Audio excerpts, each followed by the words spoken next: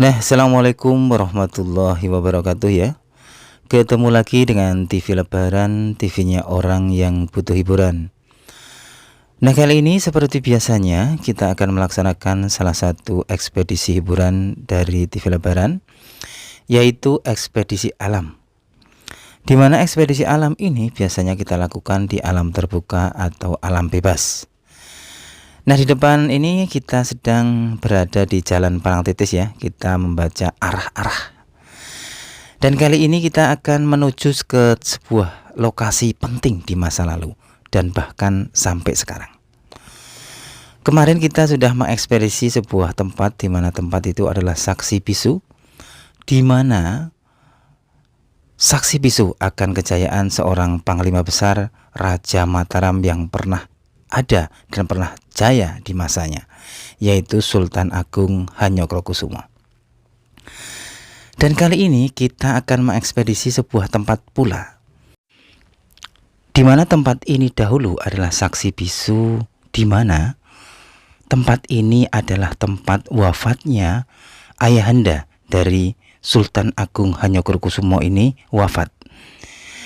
Beliau adalah Prabu Anyokrowati atau dengan gelar Prabu Sedo ing Krapyak.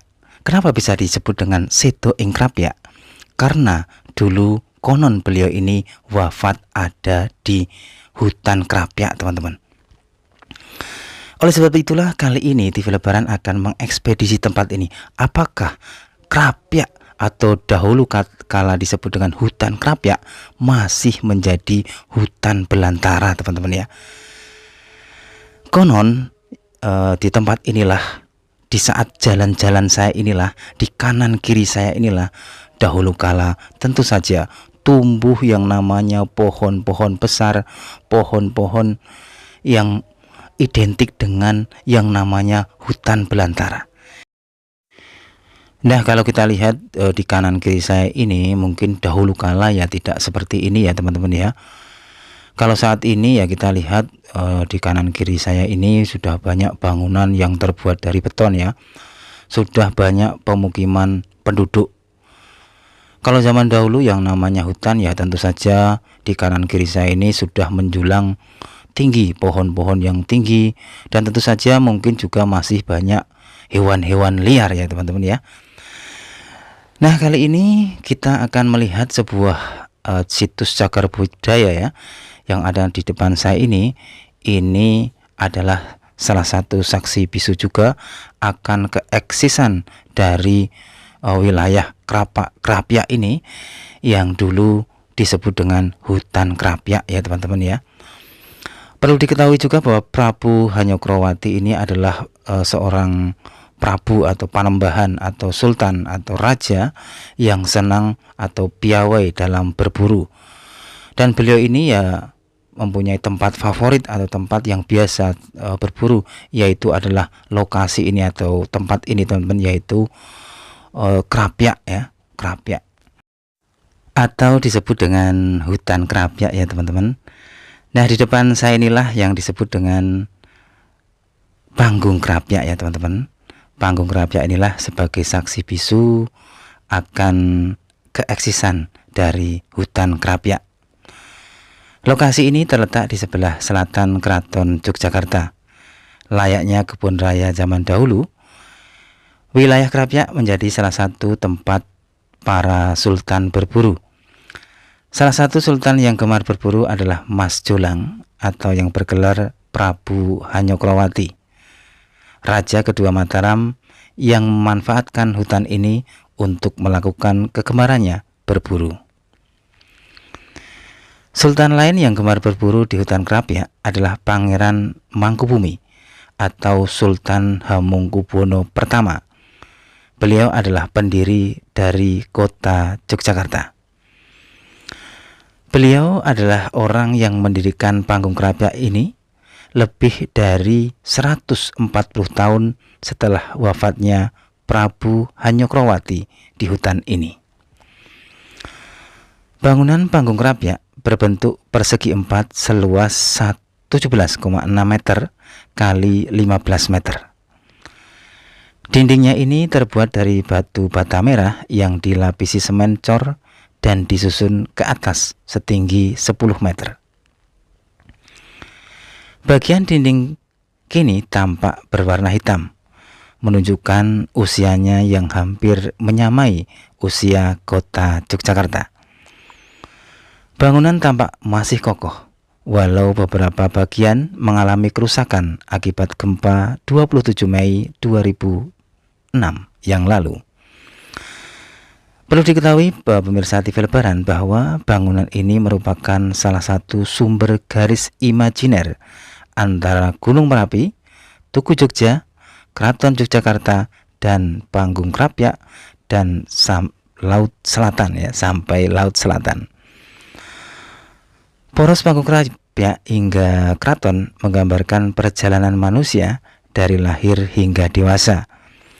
Wilayah sekitar panggung melambangkan kehidupan manusia saat masih dalam kandungan. Ditandai dengan adanya kampung Mijen di sebelah utara Panggung Krapyak sebagai lambang benih manusia. Dan nama lain dari Panggung Krapyak ini adalah kandang menjangan ya teman-teman ya. Karena di lokasi ini konon di saat masa masih menjadi hutan belantara, banyak menjangan-menjangan yang ada di sini atau banyak rusanya ya. Makanya di sini itu menjadi tempat favorit bagi raja-raja untuk berburu. Ya berburu rusa dan hewan-hewan lainnya. Dan konon tempat ini juga dahulu kala itu digunakan untuk latihan perang teman-teman. Jadi sang raja atau sang panglima itu berada di atas lalu melihat bagaimana para pasukan-pasukan atau prajurit-prajurit kerajaan itu berlatih berperang ya, ibaratnya ya perang gerilya, latihan perang gerilya di masa yang lalu. Ya inilah teman-teman ya kandang menjangan atau Panggung Krapyak, di mana ini dulu menjadi kandangnya menjangan ya. Mungkin sang raja-raja dahulu setelah berburu itu mendapatkan rusa atau menjangannya, terus dimasukkan di lokasi ini atau di tempat ini, di kandang menjangan ini.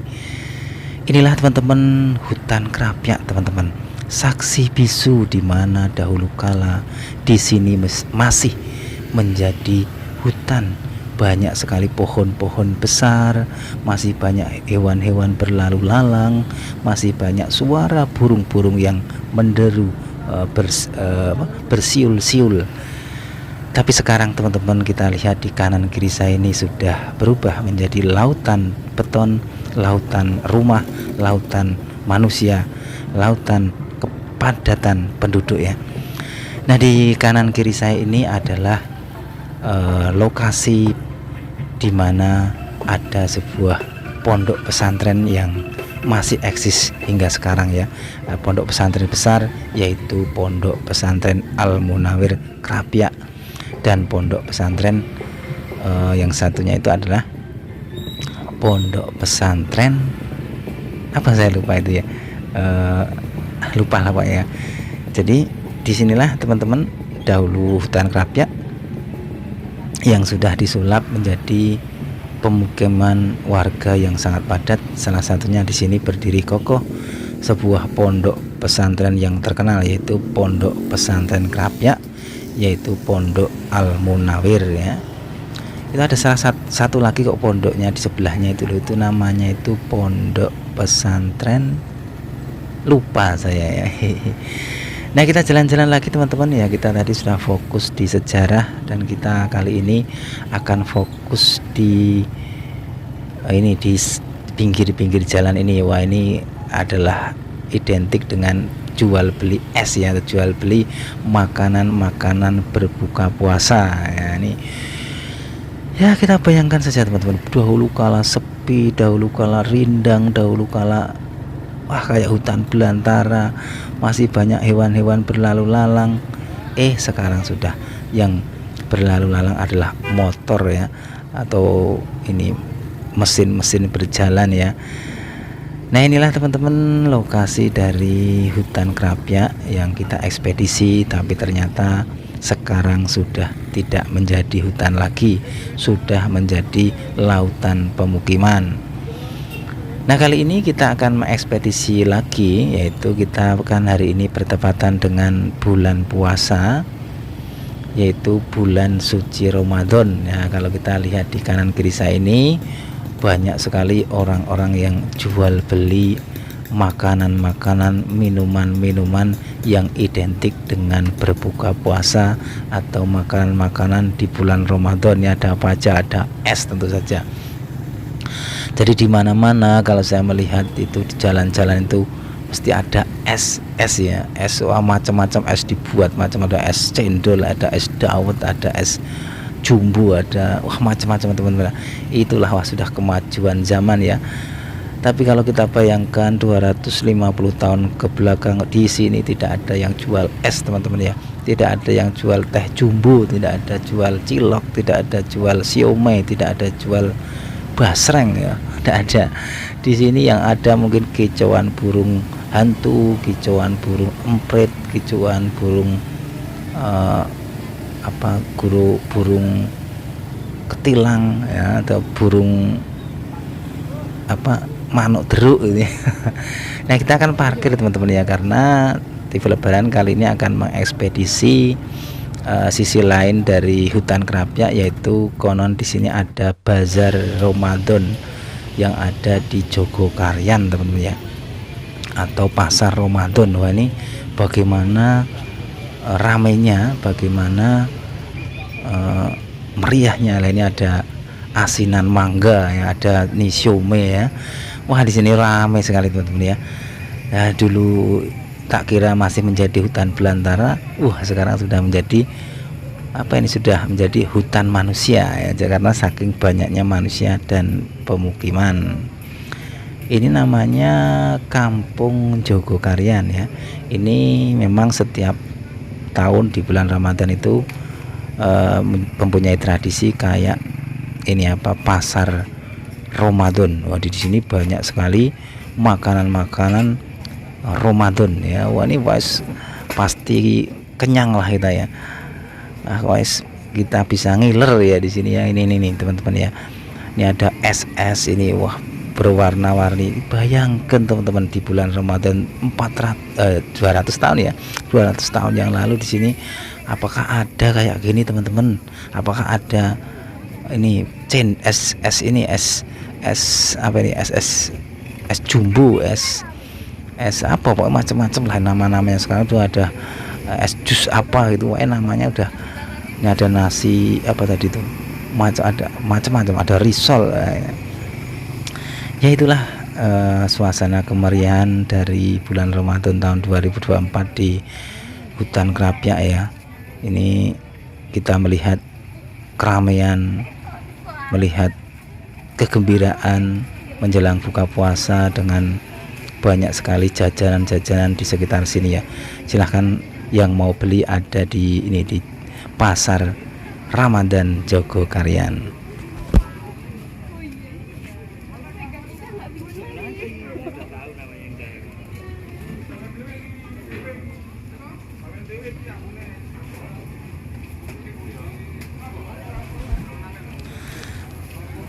Oh iya teman-teman, yang sebelah tadi, di sebelah mana Pondok Krapyak itu adalah Pondok Ali Maksum teman-teman ya. Saya kok malah lupa tadi ya. Ya, Pondok Ali Maksum teman-teman ya. Maaf ya, lupa ya, namanya manusia itu ada lupanya ya. Ya, ini teman-teman ya, suasana ramainya bulan Ramadan di tempat ini. Ini lokasinya ada di Jogokaryan ya. Ini dekat sekali dengan tadi di Pondok Pesantren Ali Maksum atau Pondok Pesantren Al Munawir yang ada di hutan Krapyak ya. Bagaimana dahulu kala teman-teman tempat ini koyong ini gitu loh ya. Dan tidak mungkin kan ya, sekarang udah menjadi lautan manusia, lautan pemukiman, lautan orang jual beli makanan ya. Padahal dahulu kala sepi pipi ya, sepi pipi. Wah, ini ada kampung Rika, namanya macam-macam makanan zaman sekarang itu ya. Dan di sini itu ada tradisi yang namanya takjilan. Nah, ini takjilan, mesti yang suka takjilan seneng ini ya. Saya juga akan mengekspedisi takjilan di Masjid Jogokaryan ya. Coba kita lihat bagaimana kondisinya, karena konon setiap bulan Ramadan itu takmir dari masjid ini mengeluarkan banyak dana untuk melaksanakan takjilan atau buka bersama gratis tis ya teman-teman.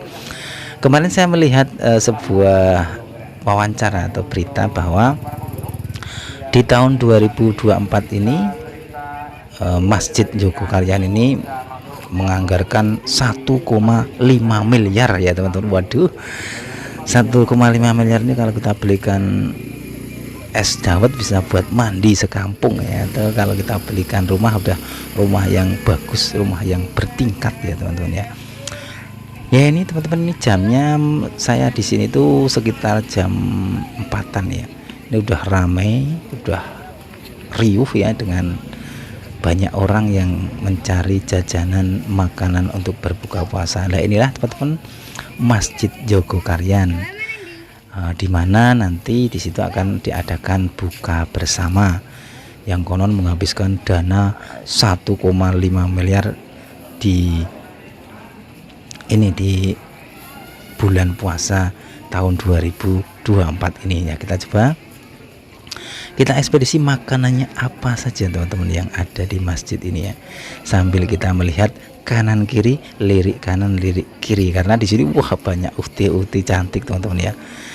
Ya maklum saja kita masih sendiri ya, masih jombloan ya, masih bujangan, jadi ya kalau melihat yang bening-bening masih susah menunduk ya. Jadi ini normal saja teman-teman ya. Jadi kita ya sambil, tapi ya bisa mengurangi pahala puasa nggak ini ya. Hehehe. Ya ini teman-teman, kita sudah lihat penampakan makanan dari menu buka puasa dari Masjid Jogokaryan ya. Kita sudah lihat tadi bertumpuk-tumpuk piring-piring ya. Kita nanti review ya, kira-kira makanannya apa aja ya kok sampai menghabiskan dana 1,5 miliar. Waduh, kita nggak bisa membayangkan kayak apa uangnya kalau di dompetnya TV Lebaran ya, bisa buat mandi sebulan. Hihihi. Ya ini teman-teman kemeriahan dari Bazar Ramadan, Kampung Ramadan ya, Kampung Jogokaryan. Ini ada tulisannya kok mas, teman-teman ya, dari tempat ini. Coba kita bacaan teman-teman ya, kayaknya kampung apa ini tulisannya, kita baca bersama-sama ya. Oh, Kampung Ramadan atau apa ya tadi? Pak tulisannya Jogokaryan ya, Jogokaryan dekat dengan hutan Krapyak ya. Ini teman-teman ada es di mana-mana es ini. Kita lihat juga ada beberapa jamaah yang sudah membawa piring ya, piring itu nanti ya untuk berbuka. Ini teman-teman ya, kita lihat tuh ini sudah bertumpuk-tumpuk piring-piring ya, udah nanti itu dibagikan gratis teman-teman ya kepada jamaah-jamaah atau orang-orang yang mau berbuka puasa di sini teman-teman ya. Saya akan coba mengekspedisi lebih dekat bagaimana makanan-makanan yang ada di sini, dan nanti kita juga akan ambil satu teman-teman ya untuk berbuka puasa. Aduh teman-teman, inilah kemeriahan bulan Ramadan di tahun 2024 ya. Ekspedisi ini juga salah satunya bertujuan untuk memeriahkan teman-teman ya, untuk memeriahkan, untuk apa ya, menyambut juga bulan Ramadan tahun 2024 ini teman-teman ya. Ya kalau kita sendiri tidak menyambutnya, tidak memeriahkannya, yaitu bulan Ramadan ya akan menjadi kayak bulan biasa, karena tidak ada yang kita istimewakan teman-teman ya. Nah ini dengan ini yang di depan kita ini banyak makanan-makanan ini juga salah satu bukti bahwa masjid ini juga bertujuan untuk memeriahkan bulan Ramadan di tahun ini dengan menyelenggarakan takjil bersama hampir 1,5 miliar teman-teman ya. Di sini wah banyak sekali uhti-uhti ya. Waduh, ini siapa tahu dapat jodoh di sini ya, jodoh tiban gitu ya.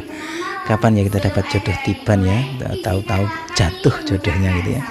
Hehehe. Ini banyak sekali jamaah-jamaah yang sudah membawa sepiring nasi berdua ya. Ini saya juga mau ambil nasinya teman-teman. Terus kita masuk ke dalam masjid, kita makan deh nanti kalau sudah saatnya berbunyi nguk dari masjid ya. Berarti menandakan telah datang saat berbuka puasa. Itu aja teman-teman ya laporan dari TV Lebaran kali ini. Tadi kita sudah mengekspedisi lokasi ini. Kita mengira ya masih menjadi hutan belantara mungkin ya, tapi tidak teman-teman. Kini yang namanya hutan Krapyak sudah menjadi lautan pemukiman. Apalagi di bulan-bulan Ramadan seperti ini, kemeriahan, keramaian dalam menyambut bulan Ramadan terlihat di tempat ini, terutama di Masjid Jogokarian, karena di sini diadakan takjilan bersama, yaitu buka bersama ya, yang konon menghabiskan dana besar sekali. Itu aja teman-teman laporan dari TV Lebaran kali ini. Selamat menunaikan ibadah puasa, semoga puasanya lancar saja sampai nanti berkumandang takbiran Allahu Akbar, Allahu Akbar, menandakan Idul Fitri telah datang dan datanglah hari kemenangan. Wassalamualaikum warahmatullahi wabarakatuh.